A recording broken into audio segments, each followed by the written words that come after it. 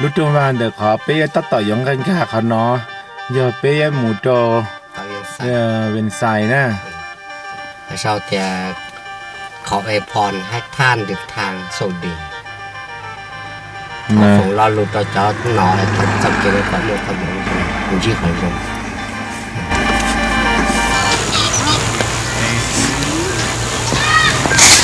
คนนี้เลียที่จะต้องไปเสียวจงเขาขึ้นก็จุกเกนะไปตัดต่อยมหมูจอเวียงใส่นะแล้วก็จวดเถอะเลยว่าจอดจะน่าจะถึงเขาดิจงนี้ไอ้ไปยังรอแกส่วนเลยเนาะทุกปัจจุบันเราจีได้ต่อได้ไปหมู่เชียงในจานได้ไปอยากก็จะเป็นจุกเกนะใช่ไหม ต่อจังจีปอปอวัวเรายังมัวไม่เอะองจะขอนอนนะฉันตัวจีจีตัวเจ้าจีเตะเอะองในจีจีตัวยาจีทีนี้ปอปอวัวเนาะไปยามุดต่อกี่ชัวมุดชาเราต่อเนาะจีไปแม่เชยกี่ชัวต่อเนาะหมู่จีไปยามุดระปอดะเขาชัวไก่ส่วนเราจะสุพรรณวงศ์เราจะเขาชัวเท่าอู้เลยกี่อจวจ้าเรามุงเก่าเนี่ยเราต่อเนาะอจวจ้าจีเนี่ยเราต่อเนาะแน่ โยเกตไปตอบต่อยมุตติอย่างละก็ส่วนลูกขจัวถูเลยว่าจอจ้าไปยเตาหลอดยอดจนเด่นนอมันไปตัดต่อยมุเนี่ยจะกินยักษ์ข้าวตัวตียลูกปัจจุบันเลยนะ ở đây bay này bỏ tí lần đời nó hay cho cái ship ba nhớ được hồ lô mèo viện sai nó giờ ship ba để trả cái thêm một cái tuần chơi là giờ cái nhưng tết chờ giờ lên đời thầu lấy ở cho lấy một cái ship ba nhớ được hồ nó lấy theo tí ở đây bay nó hay cho cái ship ba nhớ được hồ nó giờ ba để trả cái thêm một cái tuần chơi là giờ sợ đời theo đi sợ ship ba tàu giờ lên đời lấy một ở đây bay nó tí cho con đời nó một đi mà chơi rồi chứ một bia rồi một cái này một khung nắpของยันของnó nè giờ đi lối đường bà là taต่อตัววัวตัวของnó chính đấy là lấy một đường bà nó sángตัวnó cái khe này là lấy ở kheตัวท่องเที่ยวจะchính đấy tận thế là bây giờ nên nên sẽ tích chờ lấy lòng một xíu trong hàng chia thì nhớ được họ tiêu lấy tôi xíu này mà lấy lối đường là lấy ở lối đường kỳ làm bà nè chính đấy là mà tiêu được lấy ở kia là chuyện đó giảตัวของnó vô kia nào chị mình đã khát chua rồi nè thì đương nhiên là nó nè cái chuyện mình đã khát chua nè được hotel nhớ tụi con đi bỏ nó nhớ được hồ ý kia từ chùa này cho hotel được ở tua sẽ được cho này thông thiên từ mùi thông thiên sẽ được là nhớ nè từ từ nhớ là con để muốn đồng thủ giống câu trong gọi mi thì chắc chắn mình cả để cho từ từ nó mà lọt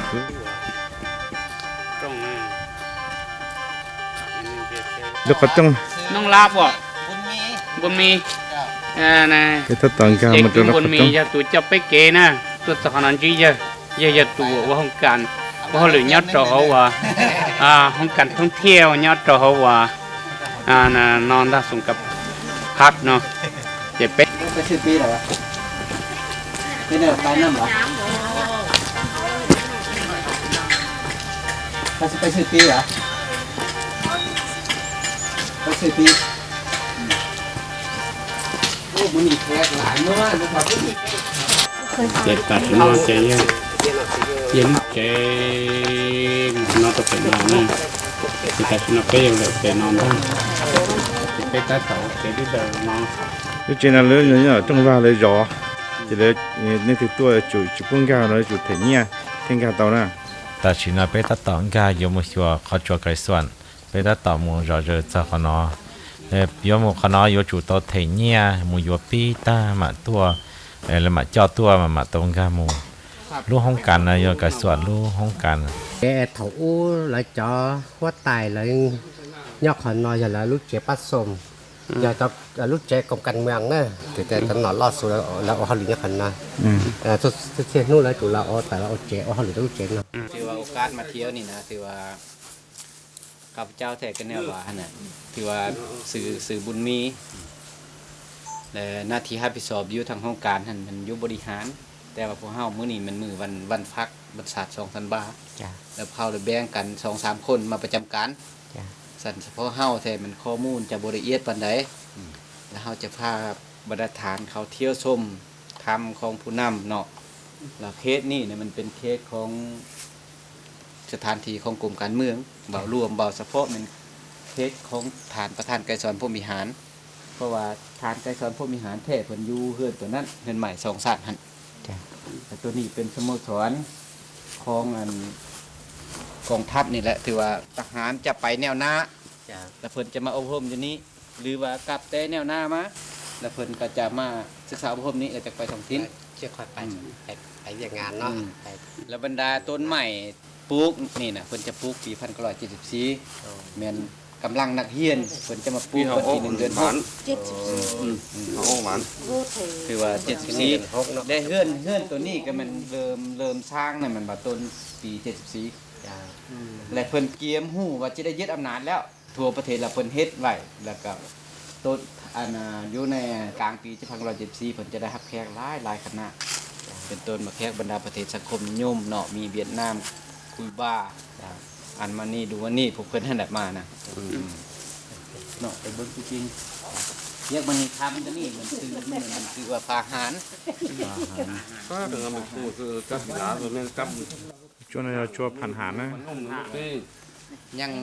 อยู่จากนี้ไปมันสีหลักอยู่เสียงซื่อหน้าเมืองพุ่น จ้า ถือว่าฮอดปี1968นี่ถือว่าศัตรูมันสิเกียมมัน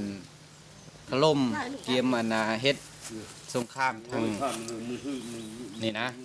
อากาศนี่นะและศูนย์กลางเพิ่นได้แต่งคณะหนึงมาซอกบรรณธรรม เอ้ย นี่ น่ะปีนบ้านเราคุกเกียรติเนาะ บรรณกูเกียรติน่ะเพิ่นอเมริกามันเริ่มเสิร์อาวุธทางฮึบอากาศนี่ ต้องสู้มันกิน สั่นนั้นมันเพิ่น เรื่องสู้มาแล้วกิน มาสอกบอลอยู่สันทำตัวนี้แล้วมันประธานไกรสอนเพิ่นก็ห้าพ้องเอาทำตัวนี้เป็นทำเพิ่นที่เพิ่นมักและประธานไกรสอนแท้เพิ่นจะอยู่3ทำ จ้า 1นี่มันทำนี่2มันทำผัดแดง จ้า 3มันทำโน่นปลาแขก จ้า วันหลักๆกว่าหมู่วันนี้มันอยู่หลังกว่าหมู่ จ้า อันนั้นถือว่าธรรมดาการแขกของคนนี้เนาะ จ้า เพราะในปอเนาะไปต่อกันกันมันทุกเขาจัวเนี่ยท่านไกสวยเขาอู้ยังเก่าโอจ้อเนี่ยทุกคนนะ แปลงเฮ็ดไหมจะเป็นเฮ็ดที่นี่ ไปต่อกันกันมันทุกคนลูกเขาจัวลูกเขาในปอนะยูนินตัดสินนั้นได้ ห้องนายกอยู่นี่เพิ่นเคยเป็นเลขาของกรมการเมืองเพิ่นความรู้ ตัดสินไปต่อกันกันมั้ง อันร่วมเป็นเลขากรมการเมืองเฉพาะเป็นเลขาของท่านหนูฮักอันท่านไกรสอนพรหมิหารนี่เหมือนท่านหนูฮักขออภัย เห็นครัวของเพิ่นเต้เลยมาหั่นแหละ เพื่อนตัวนั้นนี่ตัวนี้มันสำคัญหลายเพิ่นตั้งปัญหาก็เกี่ยมเนี่ยมันยึดอำนาจเพิ่นได้ตกลงกันอยู่หั่น จ้า ตี เน เจ น นะ รู้เจียวมันเนาะ เนื้อเจอมันน้อยตีนะ เพิ่นนำเส ล น อ อก ไก่สอน 3วัด ผู้ ก่ บ อ ริ น หาร เพื่อยึดอำนาจ เนรู้เจียวมันเนาะเถาอู้น่ะ อยู่ นี่เนรู้เจียวย่อยรุ่นเนาะลูกแก่ลูกเจียวเนาะ นี่ถ้าเคยเห็นน่ะก็ไปได้น้องๆ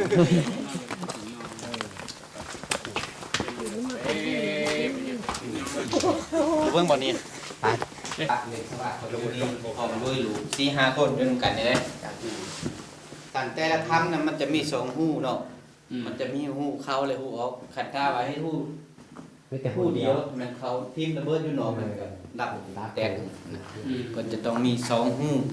ถ้ามีทั้งหู้เข้าและหู้ออกมันเฮ็ดให้อากาศรวมนะนี่นะเพิ่นปีใหม่ห่านเพิ่นนี่มาเยอะนี่แหละสมัยสงครามไปนั่นนี่ไปเนาะ Ja, jag kunde det inte ha varit tag. Vet inte vad det är sånt där var. Det var det som går nu. ลูกเขาชวนเราจะรู้ว่า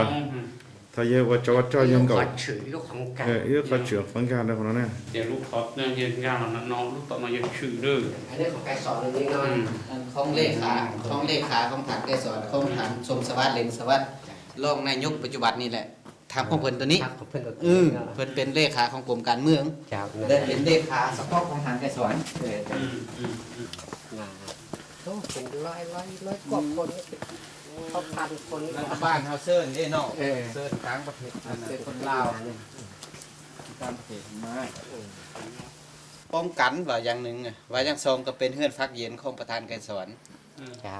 อยู่นี่จะมีป้องกันอยู่น้ำเพิ่น เออ เพิ่นแต่เช้ากวัน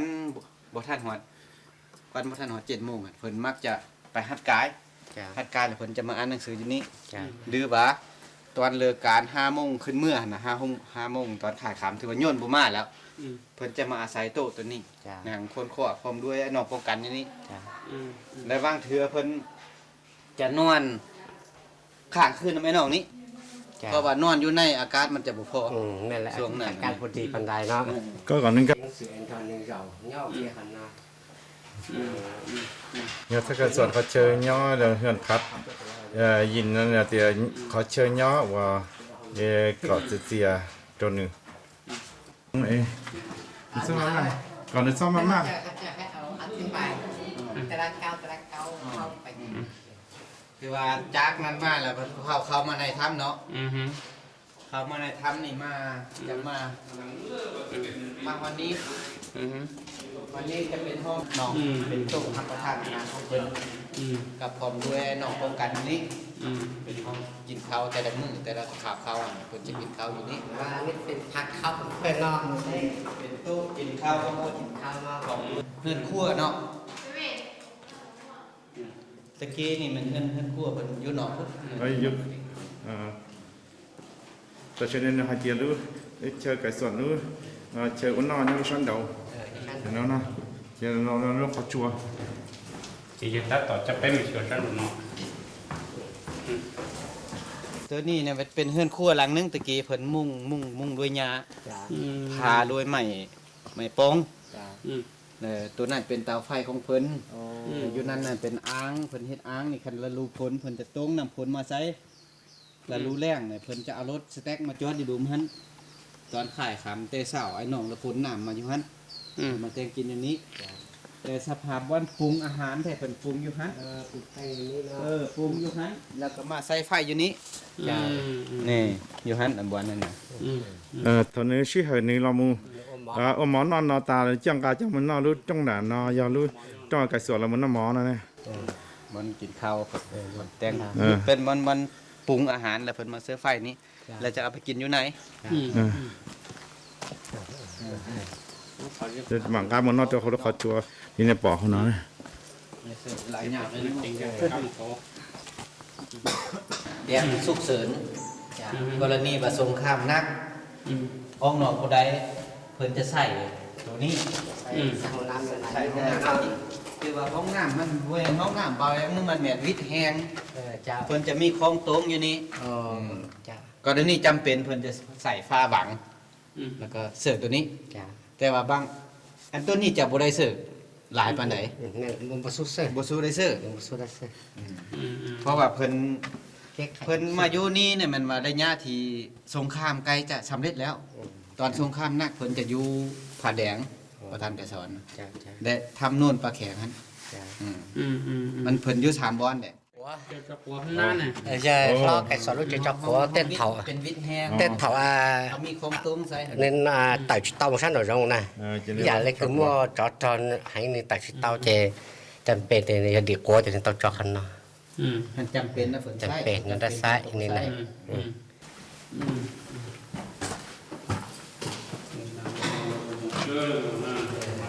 และนี่มันซาเป็นภาชนะของเพิ่นเนาะจะเป็นซ้ำแล้วก็เป็นไหอันนี้เพิ่นจะเสิร์ฟน้ำมาเสิร์ฟมันตั้งอันล้างหน้าล้างมือแต่ละมือเพิ่นอยู่ในถ้ำเนี่ยเพิ่นจะใส่ตัวนี้แล้วเอามาล้างหน้าล้างตาอยู่นี่ chà ล้างมือเนาะแล้วเพิ่นจะเข้ามาเห็นเวียนอยู่ในอัน chà còn nó là lúc phe phe tê theo lúc hú là trâu têแต่เราไก่สอนเนี่ยตอนอย่าตอนนึงตัวเต็งที่ตัวคำมือนึกว่าเชื่อชื่อได้เลยนะ cái không năng ห้องล้างน้ năng nè ำ เข้าไปเสิร์ฟห้องสุกเสริญสุกเสริญนี้เป็นลักษณะเป็นห้องที่เพิ่นเสิร์ฟในกรณีว่ามีสงครามนักหรือมีอยู่มีป้องกันผู้หนึงหนัก ป้องกันยามอยู่นี่แหละ ป้องกันยามอยู่นี่ห้องตัวนี้เป็นห้องเพิ่นไว้ยาขึ้นเมืองและเอกสารของเพิ่น จ้า เป็นตู้เอกสารในนี้ บอกไปเลย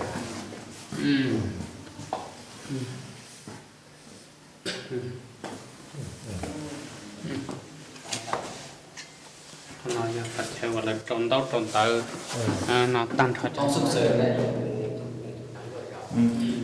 แล้วอยู่นี่จะมีแฟนคนหนึงกับป้องกันคนหนึงมาอยู่นำเพิ่น แต่การก็เป็นว่า ตัวนี้แฟนกับป้องกัน แฟน เพิ่นคันข้าวอาการโคเพิ่นจะมีคือปิ้นมีอาการเสริมเขามันอยู่ในอาจจะมีอาการอันนี้คือ เตียงก็กันลงนอกนี่เนาะ เตียงเพิ่นให้นอนโซฟาปอนข้าว เนี่ยต้องอาจจะขนาดยาวตุกิจัวตัวนี้ยาชอที่เยอะตัวมั้งเจ้า ปันมันการเข้ามา การเข้ามา เจ้าเรากี่แต่ก่อนนี้เสียชิตา สจับสอบข่าวทบกู นี่รู้ทราบคือตัวผู้ก่อนนี่คือน ายเย่ก็จะปืนนะเนี่ยคือพวกเขาจะกัดตัวเส้นนะน้องเอาอันนี้เขาได้ตัว ในห้องของแพทย์ โอ้ ประจำของเพิ่นแพทย์ประจำเพิ่นเพิ่นนอนนี้ รู้จักห้องnày làห้องจะเพ่นหมอร้อนร้อนเนี่ยนี่รู้ห้องเปลี่ยนนะ แต่ในหมอตัวตูนี่ภาษานี่ย้อนชัดชั่วที่แบบมอในจานนี่เราหมูป้าเนี่ยนะเสียงห้องไหนห้องเดียว แล้วตัวนี้เราเป็นห้องนอนของลูกเพิ่นเพราะว่าตอนนั้นตัวนี้เป็นห้องของฐานไกรสอน จะเขาในห้อง นี่เยอะต่อ รู้จักปืนเขาไก่สอนจะมีอยู่ถ้าไก่สอนจะมีปืนห้องน้ แต่ว่า รุ่นอาชีพเนาะ ำรู้เราจะ แท้หูขึ้นอันนี้เนาะ จะ รู้ รู้เรา ทาง จะ ไกรสอนนี่เนี่ยมันว่าครอบครัวเพิ่นจะได้อยู่นำเป็นน้อยที่สุดช่วงนั้นในยามสงครามในยาม67 68เนี่ยส่วนหลายอันครอบครัวเพิ่นเป็นครูสอนเพิ่นก็พาลูกไปอยู่เวียดนามเพิ่นก็เรียนหนังสืออยู่พุ่นไปสอนเด็กน้อยอยู่พุ่น จะ นะ แม่นไร และเพิ่นมีโอกาสน้อยที่ได้มาร่วม มา ชี ห่ว วิ ง ตนำครอบครัวอยู่นี่ แม่นแหละ และตัวนี้เป็นโต๊ะหนึงที่สำคัญกว่าหมู่เพิ่นค้นคว้าเอกสารแนวทางกฎระเบียบกองทัพขังทวิตหรือว่าเอกสารจากโซเวียตบ่จากเวียดนามบ่หรือว่าประเทศอื่นๆนะ จะ เพิ่นจะอาศัยตั้งตัวนี้หนังแล้วตะกี้มันก็บ่ตึกขึ้นอันนี้ มันจะอาศัยแสงสว่างเท่านั้นเข้ามาตอนกลางเว้นมันมีตอนกลางคืนเขาเจ้าจะใส่ไฟจักรแต่ว่ารอบไฟอันนี้พวกเขาจังบ่เปลี่ยนก็ย้อนว่าเพิ่นใส่รอบไฟอันนี้ตะกี้ แม่นแล้ว มันนี่เพิ่นบ้านเทือนนี่ไฟมันจะฮอด8:00 น 9:00 นแล้วเขาเลยเช้าแล้วเพิ่นเลยใส่ตะเกียงตัวนั้นคนกว่า ตัวนี้เป็นจะอยู่ในตะเกียงอันนี้เนาะ แล้วก็สูบน้ำชาเขาเพิ่นทั้งนั้นแล้วตัวนี้เป็นหูปั้นของประธานของทางของโซเวียตเนาะของทางเดนิน ของเล่นนี่คุณ เดนินเดนินของขวัญจากประเทศเยอรมัน จ้าพวกปั้นของเล่นนี่อันนี้ไง และข้อมูลละเอียดแท้มันอยู่นี่ เจ็บของปีแล้วมั่วจะขอที่นอนนะเจ๋งคนน้อง คือว่ากองประชุมของพรรคครั้งที่1นี่มันต้องกองพรรคประชาชนปฏิวัติลาวเปิดกองประชุมค่ะอยู่อันผาแดงมันเป็นครั้งที่2 ที่สองที่หนึ่งอย่างนี้เนาะ ครั้งที่1จะอยู่นาแมวครั้งที่3ขึ้นมาเลยอยู่เวียงจันทน์สันคำของเพิ่นตะกี้หั่นนะแล้วมีแต่ตัวนี้แต่ละมือเพิ่นต้องลงทั้งนั้นแล้วจะขึ้นมาประชุมทั้งนี้นะศูนย์กลางเห็นว่าโอ้ยานบ่ปลอดภัยคันท่าเพิ่นลงไปทางนั้นเนาะสภาพสงครามหนักไหมนี่เพิ่นจะโจกตัวนี้ไปเลยตะกี้บ่มีทำตัวนี้นะมันงูตัวนี้นะธรรมศาสตร์มันบ่มีเพิ่น จะไปเจาะเนาะ เพิ่นโจกให้ทางไปสอนไปห่วงกองประชุมทั้งนั้น เพราะว่าเพิ่นจะเป็นประธานกองประชุมในละครั้งตอนนี้ไปเนี่ยจะเป็นกองประชุมทางประเสริฐห้องประชุมของกรมการเมืองศูนย์การพรรคระยะทางตัวนี้ละประมาณ59 เมตร อันเป็นจอนะครับก็เมน เริ่ เนาะ ม59 เมตรเพิ่นจะเฮ็ดทางเว้นได้ขึ้นได้สูงนั่นน่ะ เจ้า เป็นภาษา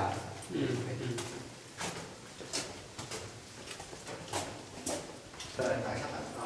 เป็นชิดไปข้าง เอา เรา เล เล็ ย ก เนาะ เนาะ บางทีเขาเลือกคอมาอย่างนั้นที่จะเพื่อเวช่วงหนอนนอนหาย ชิดไปตรงนี้ แล้วกูถอเลขตัวนั้นของเดียวจะที่สีรอบที่สีรอบนึงเลยเจ้ารานี่จะสีนะจะสีนี่ขอตา ห้องตัวนี้เป็นห้องประชุมของกรมการเมืองเพิ่นจะเสื้อห้องตัวนี้ในเวลาฉุกเฉินกรณีว่าสงครามหนักแล้วเพิ่นจะจัดประชุมจัดยังไงแล้วว่าประชุมปกติมันเป็นมั้ยอยู่นี่มันแนวว่าการปกครองได้ไฟได้นะเพิ่นจะจัดว่าโอ้กรณีจำเป็นเพิ่นจัดประชุมอยู่นี่ นี่แหละ ภายหลังประชุมแล้วเพิ่นก็มาจัดเป็นท่านหาเข้ากินข้าวนำกันอยู่นี่บางเทื่อก็เป็นวันซ้ายซิเน่เนาะเบิ่งอยู่นี่ บางทีก็เอาโต๊ะลองปีไก่มาลองปีป้องมาตี ป้องตีอยู่นี่ มันเสื้อหลายๆอย่างเลยในตัวนี้มันโต๊ะกองส้มปกติเชื่อว่าสภาพบ่มีปัญหาปกติมันจะจัดประชุมในกรมการเมือง7ฐานอยู่นี่นะ7ฐานนั้นยังเหลือแต่ประธานคำไต่เหลือนั่นบ่ยังมีชีวิตแล้วลานโต๊ะตัวนั้นเป็นโต๊ะเลขาของเพิ่นและคันกรณีว่าสุกเสริญเพิ่นก็ยกโต๊ะเลยครับไปประชุมอยู่นั้นแต่โต๊ะตัวเก่านี่ซื้อบ่ได้ซื้อหลายหน่วยนะ เจนตอนนอนมันเป็นชื่อจะพูดตัวไปเลยทับประธานแต่สอนแล้ว ที่ นอน ทีได้นี่เนาะเป็นการสู้รบการสู้รบเนี่ยแหละเขาแต่ละจุด ที่จะได้ดูนี่ก็ตกน้องเจนดันนอนนี่เอามีทุกครั้งประชุมมันทานแกสอนเป็นประธานกองประชุม ยาเนาะ เป็นเลขาธิการเยอะเลขาธิการเยอะเลยเป็นประธานฝัก จองนอนดูคุณดันนอน กระโต๊ะ ผมไป เป็น นี่ นี่เป็นโฮม ยาดูกัน ตะกี้หันเป็นเฮ็ดเป็นโฮมจำลองจะพูดว่าแต่จุดทำของผู้นำอยู่นี้กำลังประชุมแล้วเพิ่นก็มาซีอยู่นี้แต่ว่าตัวนี้มันโต๊ะประเภทหลายเสือแล้วแล้วพวกเฮาจับมาเซอร์บ่สามารถอธิบายแค่ได้ว่านั่นมันจุดเดือนั่นมันจุดเดือหั่นนะอันนี้บริษัทลาวโทรคมเพิ่นได้เฮ็ดตู้นี่เพื่ออุปถัมภ์รักษาไว้ cho nên cần đóng tay luôn phải không?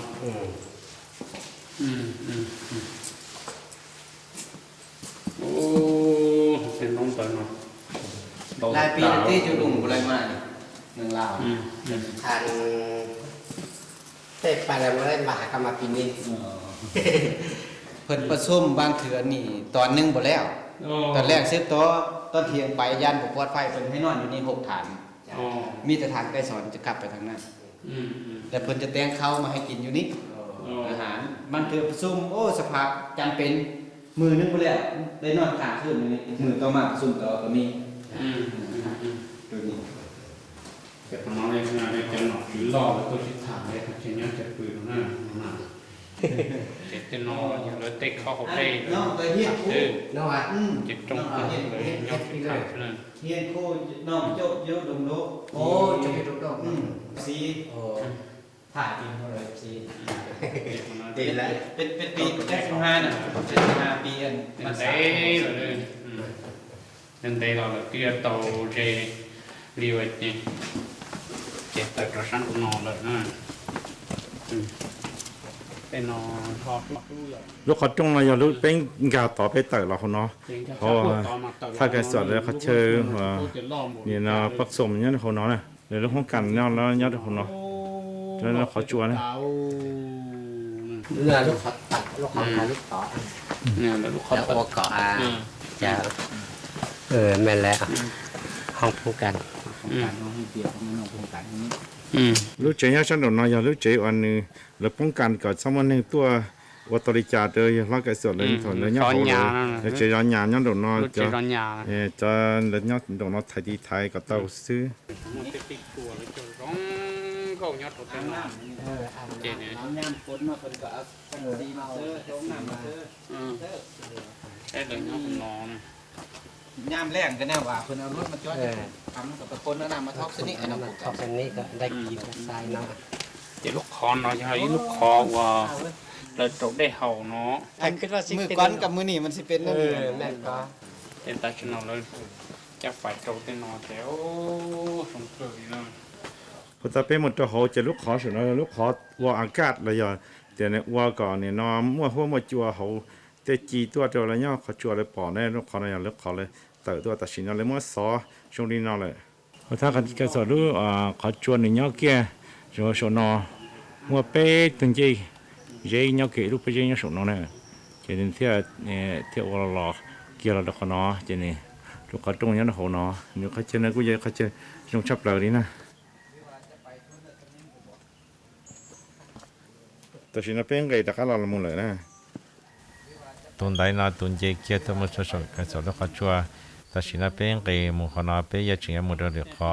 จอนตรงเดี๋ยวน้อจอทรงอีเสียจบประชาจบเล่าตรงตื้อล้อมบอกดีขอนี่ปอนั่นเลยนะจอนตรงนั่นเลยจอเพราะเถอะ อีเสียจบปัวชาจบเปล่าหรอเลยนะแล้วเจ้าตัวขนอแต่ฉันจะน้องรัวลินแต่ชีขนอนี่ปอนอเลยท่านนะ งั้นเดี๋ยวถ้ากระสวนรู้ว่านะเดี๋ยวมาจันตรงนี้คนนี้ปอนน้ำมัวมากม้วนแล้วมันจะจินนะไปให้เดี๋ยวจิจุดท่อ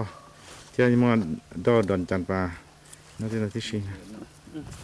ไปแต่ตะการหล่อมาเจอจงทางนั้นนอจะไปตัวไหนนอตัวจีไปมาไปเล่นกับปลาเล่นสิไปตะการมาเจอนะ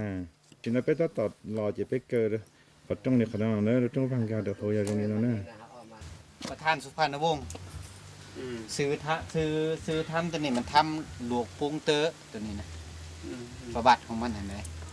สัตว์ปลากินนี่เฮาหวานนี่เด้อเฮามักเป็นยิงสัตว์ปลามันกินน้ำวันหันมันมีปุงนี่เย็นมันมีน้ำออกมาแถวนี้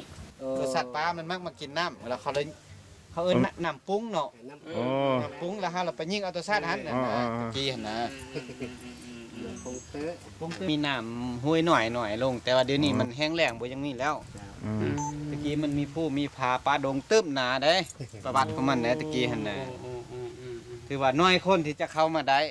เขตนี่นะ นั่นแหละเป็นได้ลงสกัดสักพันรูปมันอ้อมแบบเงินไต่นิพพันธ์นะ เพราะเขาตัวคนนี้มันเกิดจบวิศวกรรอนะยะลาเต้นหรอ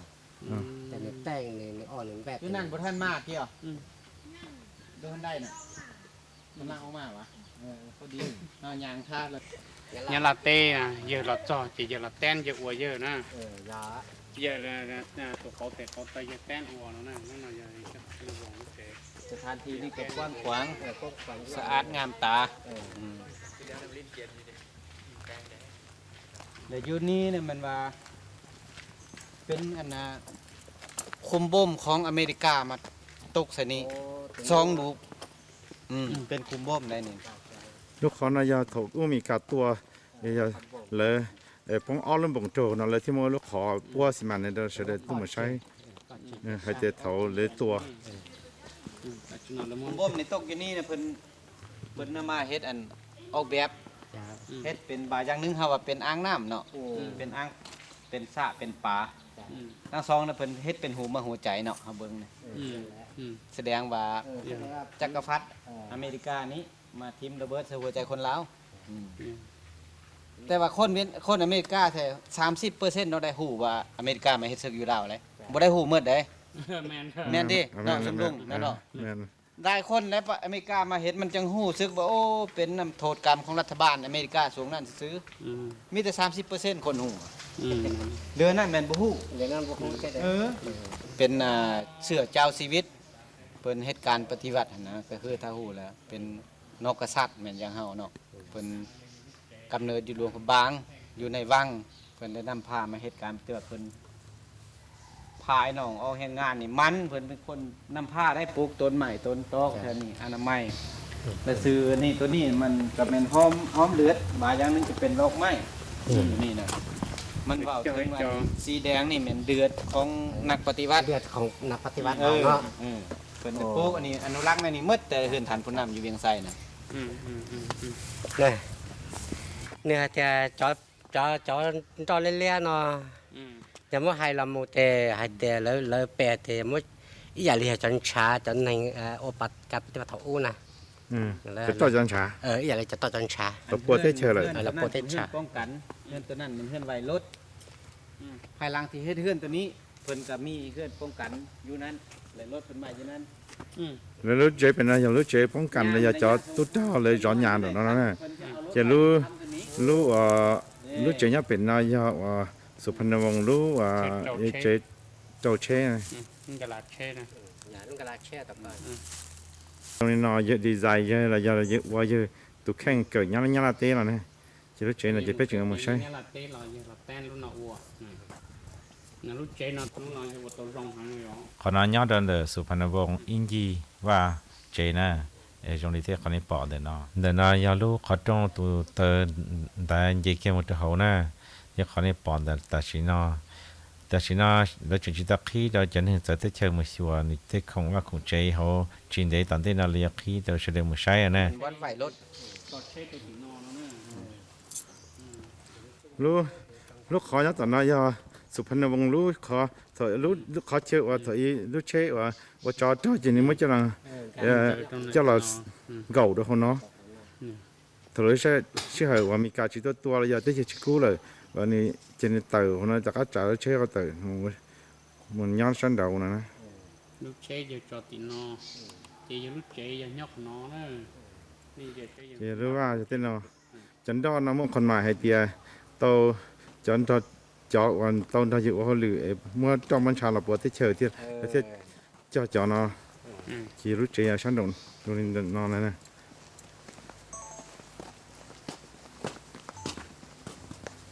เป็นน้อง เปิดให้คนเที่ยวย่ามบุญนะ จ้ะ นั่นคือว่าย่ามนี่มันบ่มีคนรักษาพาน้อยคนพดอยู่ในมันจะมีวัตถุพันธุ์บ่ได้เปิดให้แค่เบิ่งเท่านั้น chếวันนี้แต่นั่นรู้ใจน่าละมูเจเป็นน่าจะยาเนี่ยน่ารู้ใจอมหมอเนี่ยย่านแต่นั่นเนี่ยรู้ใจอมหมอนะเจียรู้แต่นั่นเนี่ยเกิดส่วนรู้ใจอมหมอถ้าเกิดส่วนรู้ใจอมหมอแต่ชีน่าแล้วกูจะต้องมาตัววิหายเดียแล้วนั่งจะเจอหังเทียจะเลยที่จะต้องมาตัวนั่นน่ะ เป็นน้องนี่ป๊อหล่อ จะชิได้ตอนได้น้ำมาแล้วจะนึกเจอเลยแล้วชิเลยมันนึงเราจะเลยเอาตัวขอดูตัวนี้ตัวได้เจอตัวใช้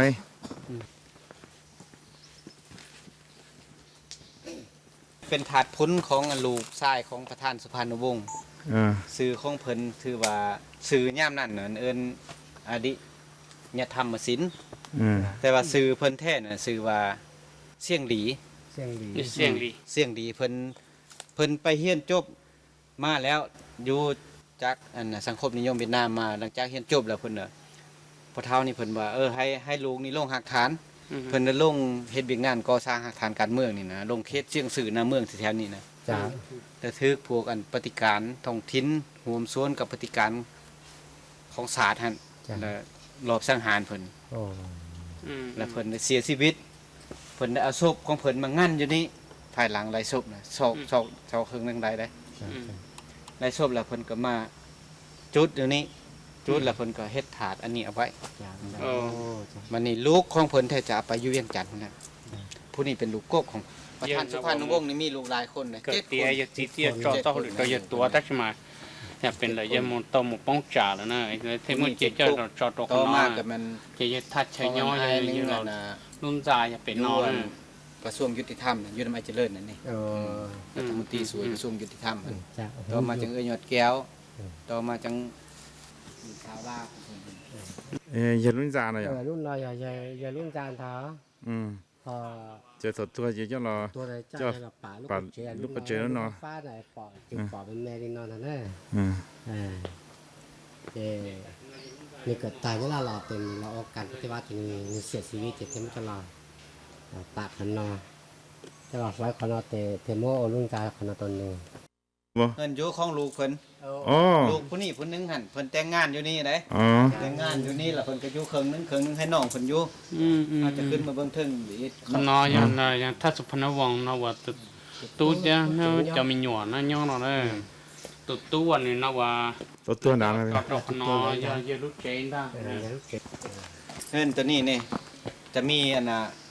ผู้เมียของอันลูกคันกี้นั้น จ้า ผู้อัน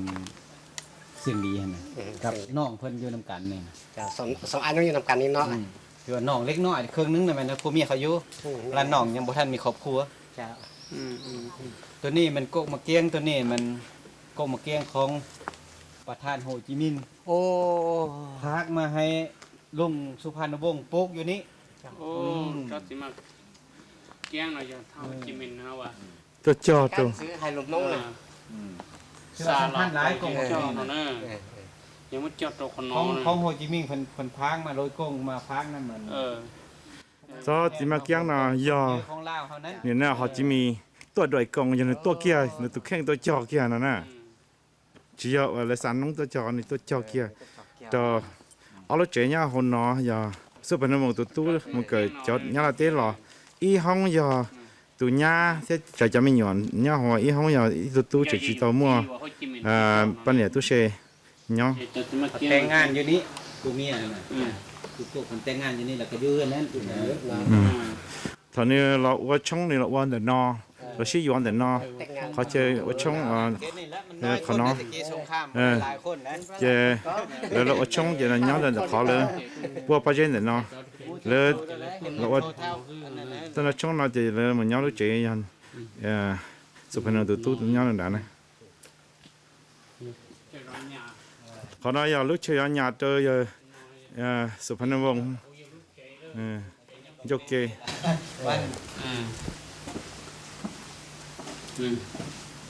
นั่นก็เป็นห้อง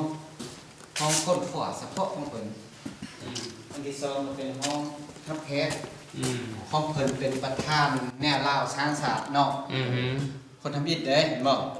มันจะมีบรรดาฐานผู้นำในคณะแนวเล่าศาสตร์ฟังถือแขกต่างประเทศผู้เพิ่นนั่นก็มาเนาะตอนนั้นก็มีอันประธานสุพรรณวงศ์ฐานไผ่ดังโดมเดย่า แม่นแล้ว ฐานสิทนกรมดำเนาะ แม่น ทางผู้มีบงบิจิตพวกเพิ่นนั่นแหละในนามในคณะเนี่ยเราสังสาทำอิฐ เนี่ย เขาคนคว้า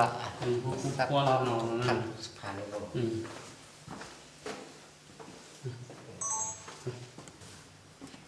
นี่นะ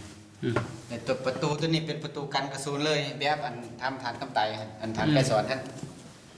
กันกระสุนนี่ thì cho nó giờ cho nó không ngồi cho không trồng không đời giàu giàu เก็บเมียนเอกสาร không đời rồi ตัวนี้เป็นห้องนอนห้องเพิ่น thì không ngồi giờ ห้องนอนของประธานสุพรรณวงศ์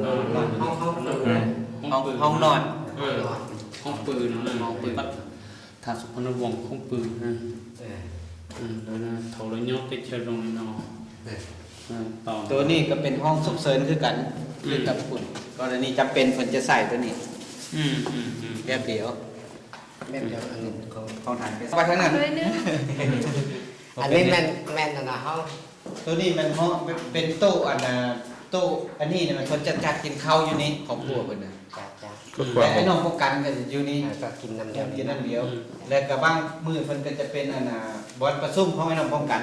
หรือว่าฮักแค่ไปครอบครัวก็ใส่นั่นนี่มันบ่มีบ่รางวัลหลายเพิ่นมันเอาอัน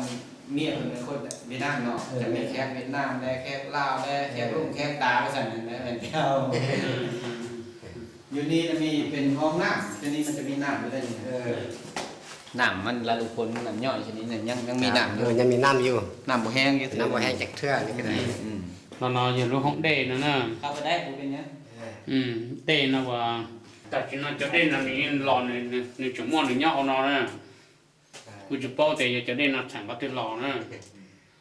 mà là cho đê nó như lò rút tí nó lò trộn nó nè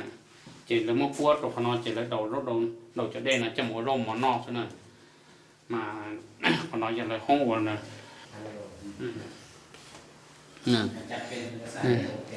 chỉ không tạo nò này giờ và không à chọc của nó không nè lấy đôi không chọc của được và chọc trong tạo nò nè chỉ tại sao nó mất bớt chẹt trong nó สุพรรณวงศ์ขอเชิญสวนมัวเทียขอเชิญดัดเดยาคอนเดนิปอนเดนอ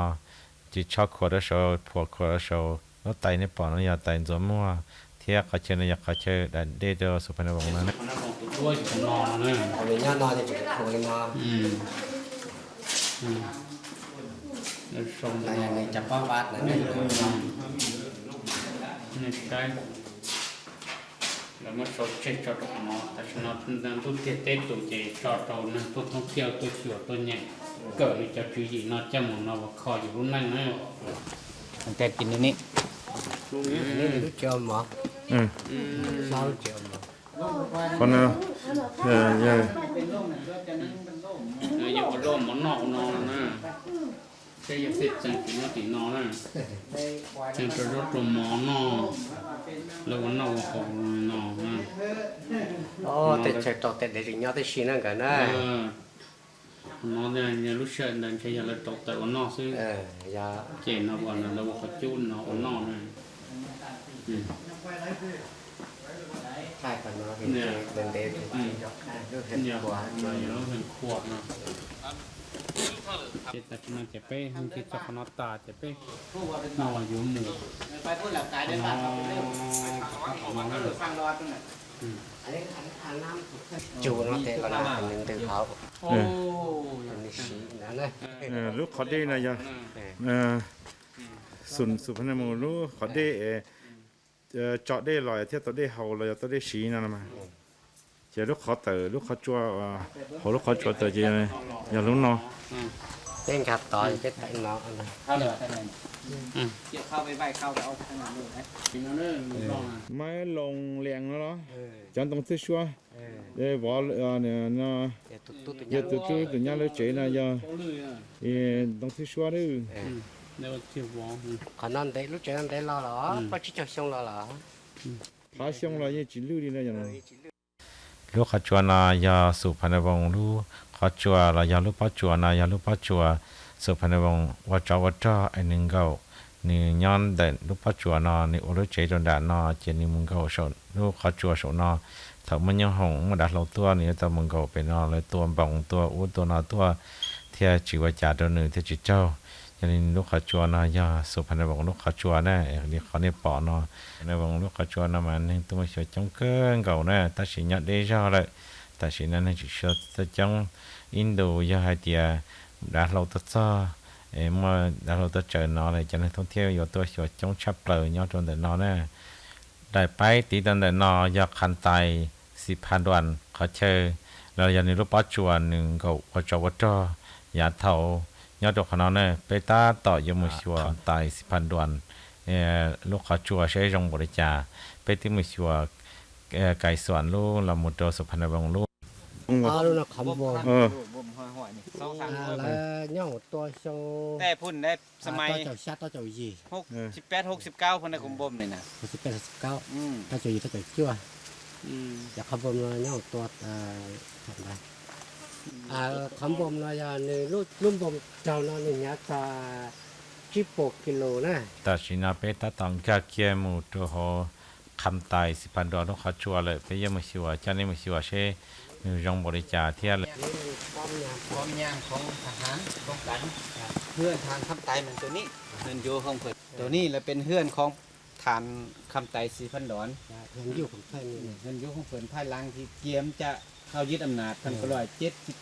73 เพิ่นมาปลุกเฮือนนี้แต่ว่าเฮือนนี่เฮ็ดไม้แล้ว แต่มันฮูบทรงเก่าแต่กี้มันไม้แต่นี่น่ะมันเพิ่นเสืออันเฮาแต่กี้ก็แต่นั่นนี้ แต่ว่าทางในน่ะมันเดี๋ยวนี้เขาเป็นเฮือนกอกันเฮาบ่ไปจัดแท้ๆบ่ฮู้เนาะว่าไม่ไปมอแท้ๆน่ะ แม่ละ แต่กี้มันทางในเขาใช้ไม้อันเอากระแตะนี่เสื้อ2ชั้นทั้งหน้าทั้งนอก โอ้ แต่นี่น่ะเพิ่นเฮ็ดไม้แล้วเดี๋ยวนี้น่ะ อืม เข้าไปนู่นได้บ่ ไปเยี่ยมซื่อๆแล้วเบิ่งก็สิบ่มีได้เป็นตาเบิ่งกันเลย นู่นนอนยังทางคันไทยทันดอนนู่นนอน คัน ใจย่อ คันตายสิพันดวนรู้เจ๋ถ้าอู้เลยเนี่ยตุ่มบังคัดยาของทัดต้องเปลือกเขาได้เชิญรอนะรู้เจ๋ยา ใจนั่นเลย ตุ่มบังสังกัดตันทอจะทหารยารู้เจ๋ยเนาะ นั่นแหละ แค่นี้ นู่นนอนใหญ่ๆเขาเชียวเขาหรือจะตอกควงนะ dạ ยึดนั่นวัดทางคันไทยนะ ตาย อันนี้เขาก็หาก็แปลงไว้ ตายสิพันดวน ทำใจสิบ่ได้ แล้วมันก็ร้องจอ có thể lúc chế đó hơn nữa เจ้าตัดนอนนั่งเป็นยินดีเต้ก็ชัวร์เอาแล้วก็มีที่นี่ không không không có cái อ๋อ giờ nên ca nó phải đó là ต้องนอนเลย cái quay cáiตัวลอยการกระสุนอย่างนี้มันจึงสักนี่มันจึงอย่างตัวเลยอ่ะ โอ้ อย่างตัวแต่นี่ชุดนอกอะไรใครก็เท่าไหร่ตัดจุด โอ้ทำไมอะไรกันอีกที่นอนแล้วมันตีเกินโอ้เลยจะชิมกันจอดเจนดีเหรอ สุดเท่าเลย โอ้ย การบ้านนี่ อย่างชิดถางนะ นี่เป็นห้องประชุมห้องประชุมปกติของเพิ่นมันจะประชุมอยู่นี่การรักษาอาหารเนี่ยบรรดาหน้าอาหารเนาะประชุมอยู่นี่ nó sợ nôn bảo đi nó nãy đi nó เนี่ยนี่ติด thằng cầm tay à tụi non thôi เนี่ยตัวกันอะไรสิ không phải to ok าที่สุดแหละมันรอบไปเนาะ là nơi chờ ở đây thang để làm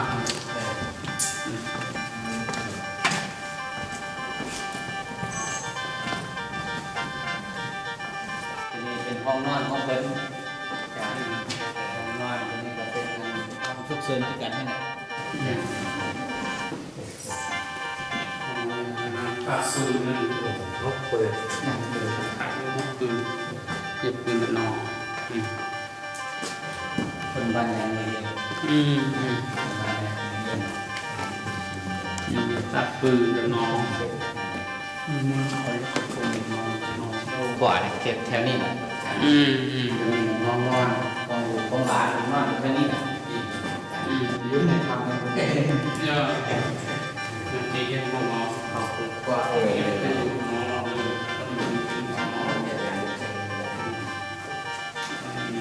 nó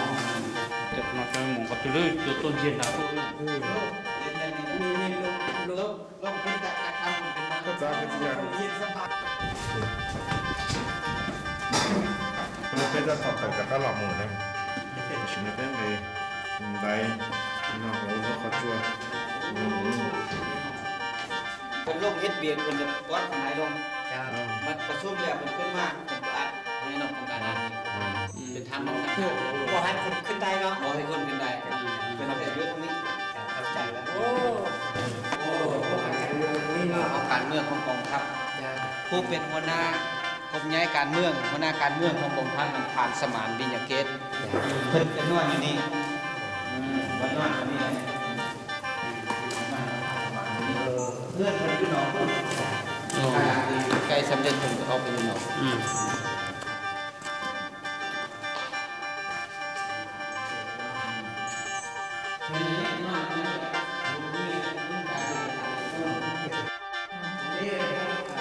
ป้องกันเมือง ต้องการเมือง เอ นี่ อ ใช่ การเมืองมันก็พวกผักสวนน่ะโฆษณาตัวศิลปะก็น่าจะดีแต่เพิ่นกับจัดการแสดงอยู่นี่ใครรักที่ไอ้น้องมาแต่นานๆเพิ่นกับวันแสดงศิลปะเขาเพิ่นได้นั่นแสดงนะวันนี้ครับเขาไปพูดนี้บัดนี้น่ะ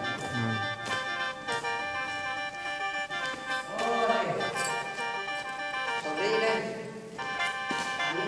เขาจะมาแสดงขอแสดงของวรรณคติเฮ้ยครับ แล้วเขาเชื่อว่าวัน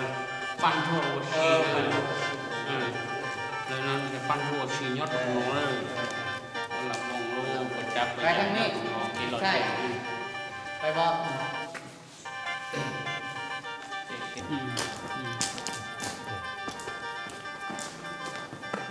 ก็ช่วยจงกุ้งตัวนี้จะนะลอกสิ ก็จะรู้เด็กตรงนี้มันจะฉีดตรงตัวจะหนักคุณมันย่อจังต่อตรงร่วงนายก แล้วยังมาคอดาสิ ลูกขจรเนาะถือแต่ทั่วกองทัพเนี่ยแต่สำหรับอจทแต่ละยอดทันทอดขจรนะ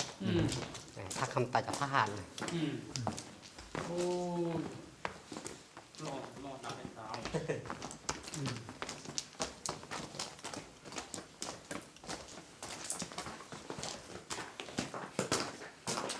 นี่เดี๋ยวชมนะ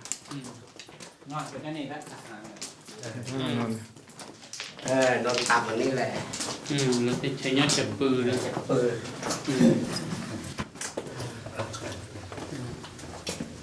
ติดตึ้งคอนอง านอยู่บ่ น้องงานเยอะ โอ้งาม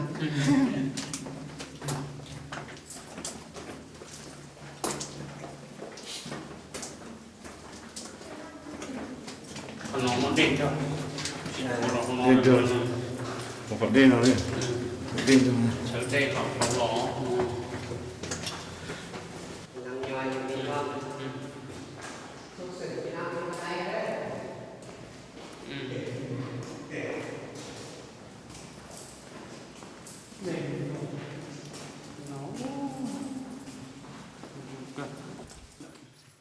ตัวนี้ทำตัวนี้มันอยู่หลังสุดของทางของทางนายพลสิงคโปร์ โอ้ นายพลสิงคโปร์เป็นนายพลของเป็นกลางเนาะมาผู้อันทำอัน เพื่อนอยู่เพื่อนไปทำยอดแผ่นตัวนี้ตัวนั้นเป็นเพื่อนคนข้อ โอ้ อยู่นี่มันจะเป็นฐานสีสมพรเราบันไซอยู่ก่อน อืม ต่อมาฐานสีเสวัสด จ้า ก็ชาก็ชากูไทย ต่อจาก ไทย ฐานสีเสวัสด กูจ้อ ฐานสิงคโปร์มาอยู่นี่ อยู่อัดไทยเนาะ อัดถ่ายเราจะยึดอำนาจ สิงคโปร์เราเจนี่นี่เราร่วมกันปฏิวัติโจเป็นนายทหารเป็นกลาง เอ นี่ อแม่นแล้วอันนี้ เป็นกลางทักษะ เออนี่เราร่วมเป๊ะๆนะแต่ในปืนเขาหนึ่งในปืนเขาน้อยยกมันน้อง จะในห้องยาในห้องเดินนะทำไม ในภาคกา ทีนี้จะเป็นท่านกู้เพิ่น เดี๋ยวนอกนอก อ่างน้ำคือกันนั่นแหละเนี่ย นัดเราได้ของเดี๋ยวนอกนอก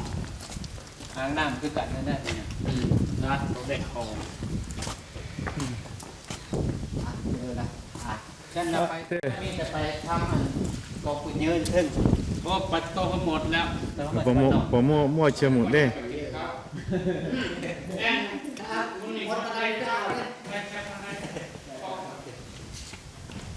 ต่อไปเติมเดี๋ยวไปเชื่อซื้อความไปก่อน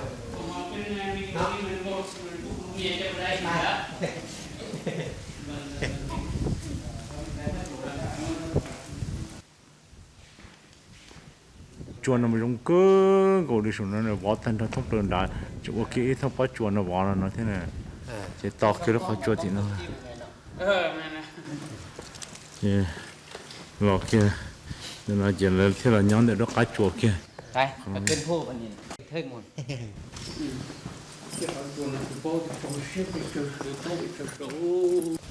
เจทำตัวนี้ก็ออกไปทางไหนก่อนทุกคนก็มีคนเยอะขึ้นกันตะเกียน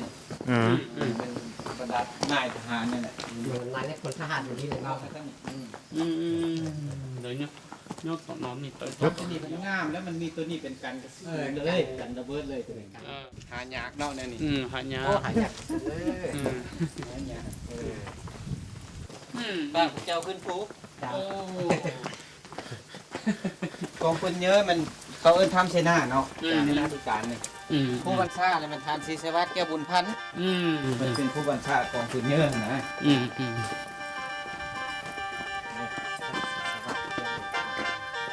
ลูกคอจวดแล้วต่อยต่อ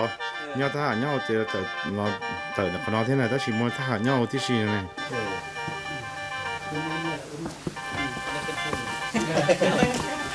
ขึ้นได้อยู่พอจริงเนี่ย ได้เนาะ แต่นายเขาเนี่ยขึ้นได้ เป็นเยอะตั้งแต่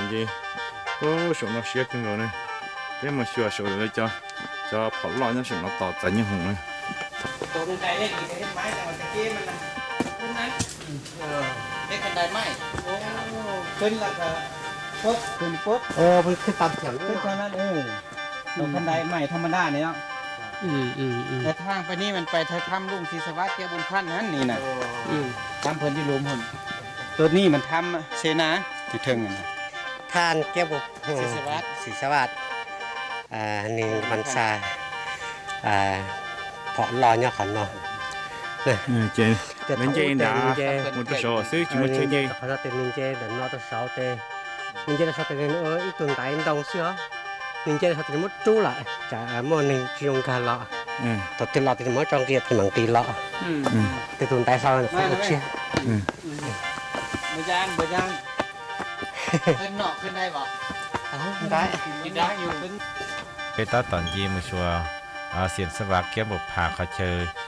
พอลอดถูใจดักเรายอดโดนเดเวียงใส่เนาะลูกขอจัวยอดเดินเนาะเนี่ยขอเดินนี่ปอกเก็บเป็นยีนายอลูกขอจู้หวนหอ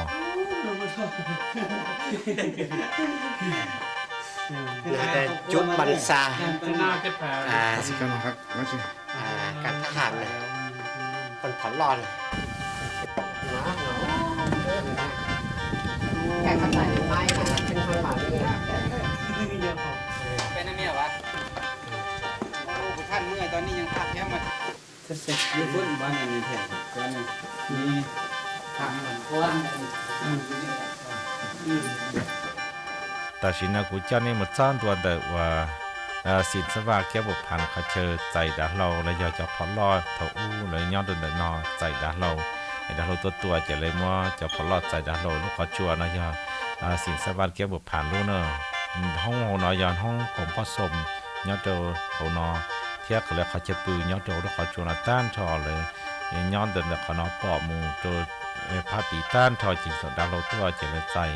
ในปอดจะด้วยเลยยอดเขานอยอดโทเลยถึงต่อใจดาโลเลยมันยอดโดนเลยเตะปอจีปอจัวอิชาเรียกคนนี้ปอดมาใจดาโลท่านน่ะจะทหารเลยจะทะอู้จะหนอเนี่ยทะอู้เลยตัวยอดเขานอเลยปอกสมเลยตัวชิทะเลยสร้างจะทหารหมดตัวเชียตัวลิจ่าเทียติไทยลิจ่าถอดเราตัวเลยยอดใจลิจ่าเทียเลยยอมป้องกันลิจ่าเทียเราเทตัวชิตเลยจะพอเนาะพอใจดาเราเดียวพอตัวดาเราเลยยอดเลยจับพอเนาะรู้ชาเราอยู่รู้ถะเลยยิ่งมัวพอชัวอยากได้ดอกให้นึ่งตัวป้าคำไต่10,000 ดอลเลยว่าจอเลยเทียยังรู้เตะเฉิงอ่ะชียเลยว่าซื้อยิ่งมัวยาล่าหมดโตหรืออย่างนึ่งตัวป้าเลยที่4เลยเทียว่ายังนะ เป็นห้องไอ้น้องนอนกันนี่แหละทหารว่ามันเพื่อน เดี๋ยวที่ท่านคือห้องนอนห้องเปิดทหาร เนี่ยธรรมศาสตร์เฮ็ดให้นี่งาม นี่เป็นประตูเนาะ เป็นตัวเลย บางคนน้อยจะทหารปืนนะไปเอาก็นะพี่เจคนดอกน้อยจีจะขอเลยก็ว่าเลยย่อแล้วผ่อนลอยเขาแล้วอย่าง เจเลยมาเติมน้ำชั้นรถใจนี่ของตัวดีตัวจะรถใจนะ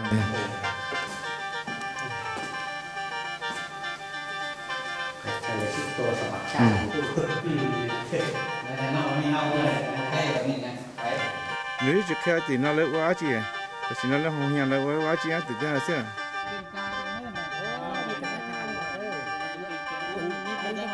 พิธานี่เท่พิธาเท่เลยว้ย lúcเขาจะเขาจุนอย่ารู้เลยว่าหมอนเขาอู้ว่าเลยจะพอร้อนยังไงยังหัวตัวเลยใจเนี่ยถ้าหากย้อนเลยเดี๋ยวตัวเต๋อมันน่าหัวนอ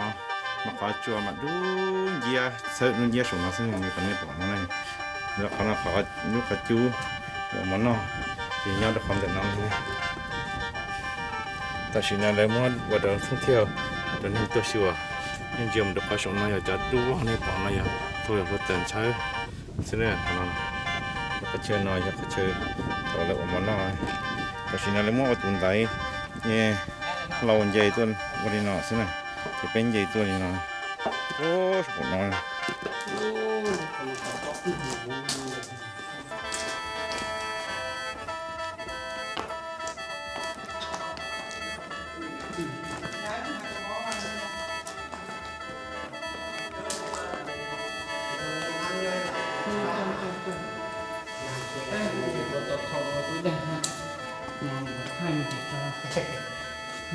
เยอะ นี่คือชื่อมีของเราหน้านี่เป็นตัวอะไรอ๋อ นี่ต้องชัวร์ ธรรมศาสตร์ ตัด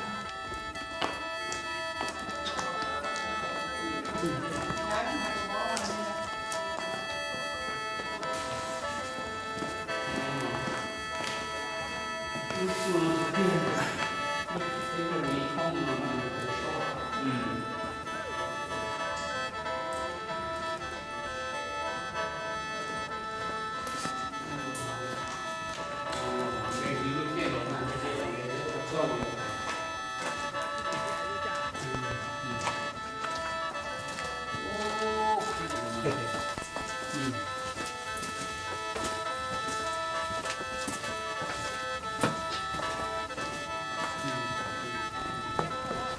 bộ nó theo áp phép thả với theo nhỏ chuồn đâu thôi chị mua số tí thái tàn thôi chị nó chỉ có đã thôi chỉ có và bằng của cha lấy แดงเป็นแบบมโหรสพนี่นะวันแสดงวันมิทติ้งอยู่นี่หลังคาก็มีแต่ว่าเขาแกะเขามากนะครับลายเถือคนมีอยู่บางคนมันบุรีนั่นแหละก็มีนี่ แม่น ขอแสดงอย่างแล้วอย่าเราบนมิตติ้งบนหนักเป็นไรละครเนาะ ช่วงนั้นเขาเดินทางกับมีแขกคาราวานมาเที่ยว จ้า เลี้ยงไส้ แล้วฮ้อนแพงเราเลยตัวกินละเยอะ มีร้อยกว่าคันรถเข้ามา อ๋อ คนอยู่นี่ แต้มนึงเขา ประธานมาปูเส้นหนังเลย เออ ชั้นđầu rộng rồi đấy trong khoang cao tới tôi chỉ nó tôi này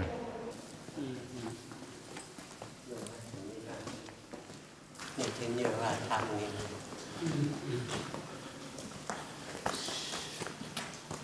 ตัวนี้ก็ยังมีทางไปออกสายไฟเส้นทรงหน้าดูตรงล่างสาวจะเบิร์ดบอกมีเข้าไป แล้วเขาชวนเรากูมาเชียงยามเขาเลยกูมาจะชวนได้กูเติร์ดเราชอบต่อที่นั่นเลยนะ thì cho nó không rong thòng nữa แล้วเขาชวนเรากูจานอะไรดิ ต่างวัดกัน ลูกขจรแล้วขจรแล้วเป็นชิตะขจรชิตะ สันอาจิน สั่งวัด สันรอด โตทำทานคำตายนะทำผาบ้องตัวนั้นน่ะ อ๋อ สื่อทำเหมือนเลย อ๋อ ตัวนี้มันสั่งวัดเนี่ยมันเยอะสวัสดิ์สมาร์ทสั่งหลอดไล่ สร้างสำนักรอดได้เนาะแม่นแล้ว แล้วก็ประ วั วั ด ติ จนขจรชิตะเป็นขจรมันชื่อสามารถแต่ต้ตัว ก็บ่ฮู้ละเอียดนะประวัติมันแท้มีแต่ว่าสั่งหลอด อ๋อ มันเป็นทำเยอะ สร้าง มี สำ ติ่ง นักรอดตายมาได้เนี่ยประวัติเนี่ยก็หลังในใครนะ ตอนนี้น่าอยากเติร์ดพอดีจงน้องก็ต้องออกมานี่ขั้นเราก็มาสร้างงาน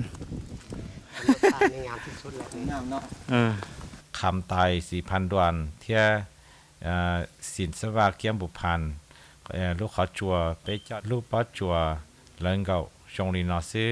ลูกเขาจัวเจจงรีคนนี้ปอนอซื้อเป็นกาไปหลอดเติร์ด เดี๋ยวเขาจัวยาลูกเขาจัวไปมาชัวยังมุกนักว่าเขาเนี่ยเดี๋ยวปอจัวสุนอที่มารอเล่นนอเราคนนอจินโยเกไปหมูถ้าไปหมูเป็นกาไปรื้อเป็นกาปกติไปเติร์ดแล้วด่านอเท่านี้เราลงไปนั้นแล้วออกไปผ่านขาทั้งเนื้อฮะขึ้นไปพึ่งพุ่นเฮ็ดเป็นพามไส้หอแสดงอยู่นี่มันบางวงดนตรีเพิ่นอยู่นี่ ที่อยู่นี่แหละ เพิ่นเฮ็ดอันเซอร์ตะกี้ก็มุงด้วยสังกะสีทานบัวเงินครับผู้วงเพิ่นยังได้ห้องเพลงอยู่นี่แล้วจังไปเวียงจันทน์เนี่ยห้องเป็นเทสุดท้ายอยู่นี่แหละกลับไปพุ่นจากนั้นมาเพิ่นก็มาอยู่ ประวัติศาสตร์ nhớ rằng ít trong này thì cái tên này trả xóa lần sau tù bây giờ cho nên là sẽ xử lý nó sư và